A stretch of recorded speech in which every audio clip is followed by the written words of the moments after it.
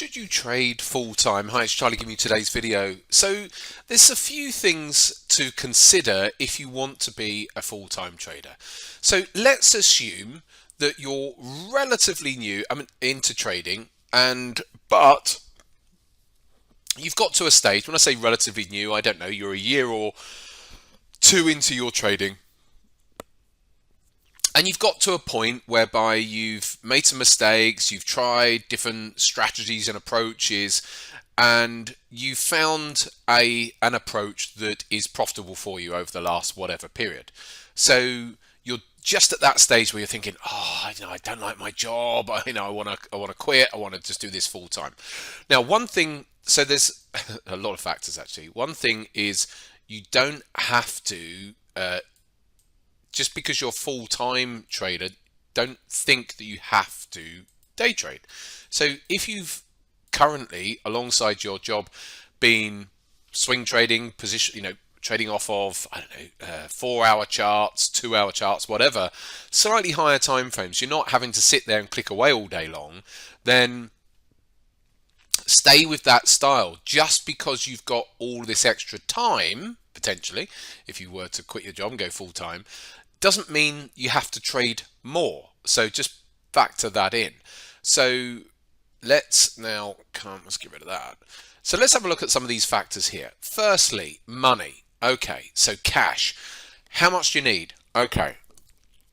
When someone first goes full-time trading, you need to take the pressure off of yourself. It's a big step. Don't underestimate what a big step it is to go from part-time trading, even successfully, and you're profitable over the last whatever period, and then all of a sudden trading full-time. And people really don't appreciate, a lot of people don't appreciate anyway, until they do it, just how much pressure that can change. Because people will say, well, I've got my approach, my strategy, I just follow my rules and I'll still be profitable. Okay, good luck with that.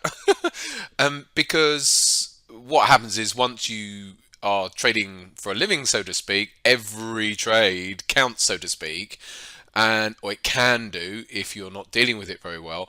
And as soon as you go into a drawdown, you feel the pressure. You might then start tweaking your strategy, hesitating, not taking trades, and all that sort of stuff, and then it affects your performance. So how can we take the pressure off? Well, one way we can take the pressure off is to actually have a stash of cash.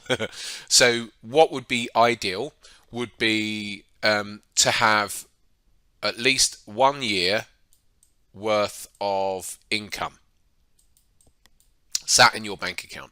So you know that as you make this transition from full-time employment, whatever it is else you do, to becoming a full-time trader, that you're not going to need to touch that capital for the first 12 months. So therefore, again, you're enabling yourself to take the pressure off. So that would be the first piece of advice. So have money in the bank account that you can use to pay yourself a salary with. 2, how much money do you want to have? Well, again, this always comes back down to how much money can you make a year from trading. But the best way is to say, well, how much ideally, and remember, it's not an ATM machine, it's not a salary, so every year is going to be different. And over a period of 10 years, it is more than possible that over a period of 10 years, that within the 10 years, doesn't matter how successful you are over 10 years, you might have a losing year. So we have to allow for that, maybe even 2. So taking all that into consideration, again, that's why we need cash, and that's why we need a decent amount of capital. So how much do you need to make per year from your trading? So forgetting the year 1, let's just now go. So you might say, okay, I need $50,000 a year. Okay. So if that's what you would like to make, bearing in mind you might make more than that, you might make less than that. what sort of capital do you need to have in your account in order to make that? And this is where people get it wrong. They're like, oh, right, yeah, I want to make $50,000 a year, and I've got $25,000 in my trading account. So you're wanting to make a serious amount, 200% a year, in order to derive that income out of that. It's just unrealistic. So very. So what would be ideal? Well, the more money, the more capital, the better, because again, it's a way of taking the pressure off.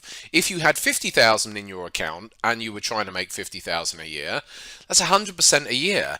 You would be, if you did that every single year, 100%. And bear in mind, if you were taking the 50,000 out, you're not growing your account at all. So we've got to allow for account growth, capital growth as well. So realistically, you need significantly more than that. And I'm not even talking about having 100,000. Could you make, on 100,000, make 50% in a year? Yes. But again, if you made 50% in a year, and that's what you need to take out as an income, again, you're still not getting account growth. Now, of course, you could make 70 or 80% in a year, and so therefore you are. But you see where I'm coming from here. Don't assume that you're just going to make 100% a year, because although there are a few unicorns out there who make triple digits, and what we're talking about here is every year. Anyone can do it in a single year, but we're talking about every year consistently. That's a different matter. So the more money you have, so the better. So I would be saying 4 times what you're wanting to make, because that allows for the pressure. So if you've got $200,000, that's 25% a year. It's much more feasible as a trader to be able to get to that. Plus, it might mean that you still make whatever, 30%, 40%, 50% in a year, which gives you capital growth on top. So you'd be looking at a minimum of 4 times really on top of that. So yeah, can you do it with less? Yes, you can. But I'm just saying, in an ideal world, you would be looking at a minimum of 4 times more than that. Okay, what else? Again, coming back to money and taking the pressure off. This is what's key. The best way to trade is to trade without emotions. So the more potential for our emotions to come in, and don't get me wrong, you work on your psychology and mindset and read all the books, and it's so important. But again, if you're putting a lot of pressure on yourself, then from a monetary perspective, then that could still impede your trading. So another one is, and not everyone's, this is not going to be available to everybody, but your partner. So let's say you have a partner. So you want to be a full-time trader. And again, like I've already said, being a full-time trader doesn't necessarily mean you have to be sitting there day trading, clicking away all of the time. You can still don't destroy what you've already been doing. So if you've been trading off of 4-hour time frame charts and you've building up a track record on that, stay with that. Yes, you can be full-time doing that, and but it doesn't mean to say you have to then make loads of changes, because you go and make a load of changes and you start clicking away all day. What will happen? Yeah, it won't work. So if you've got a partner, again, they may have a job themselves, so that can help, because that'll help pay the bills, whatever. Again, it all comes back down to taking the pressure off, or of course having a side business. So what is ideal? Again, it's all about taking the pressure off. You don't like your career for whatever reason, don't like your job, you want out, you've been getting on okay with your trading, but you're in this phase where, okay, I'm doing all of that, but I don't have that 4 times capital, I don't have a partner or whatever.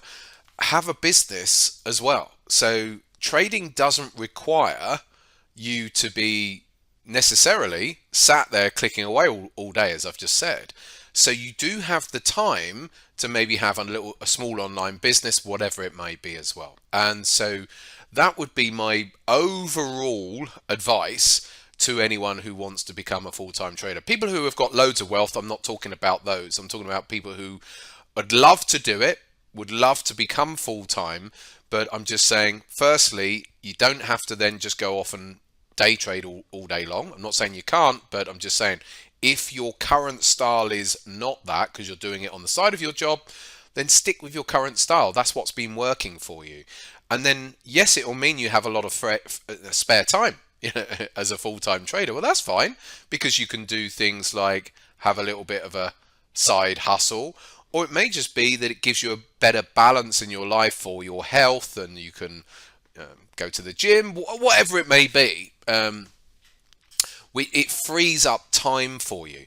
But by hook or by crook, take the pressure off is the overriding thing. You can take the pressure off by having some form of business, or maybe even part-time work. You might quit your full-time job and maybe do some part-time work. Again, all of these things take the pressure off, because the one thing you don't want to do is be trading an account whereby all of the profits that you make, you have to withdraw to pay you what you need.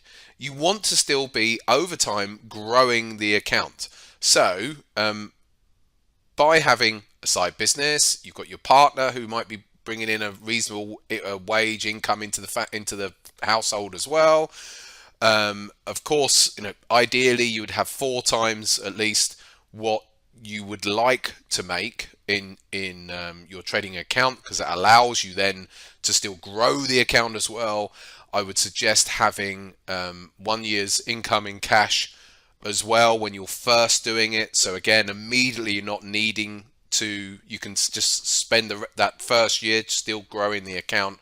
All of those things help to taking the pressure off. I've probably missed a load of stuff here today, so by all means add in the comments anything that you think would also be a good idea for anyone who's wanting to go full-time trading. But don't underestimate the power of the dark side. Going full-time, the pressure that can involve to make money.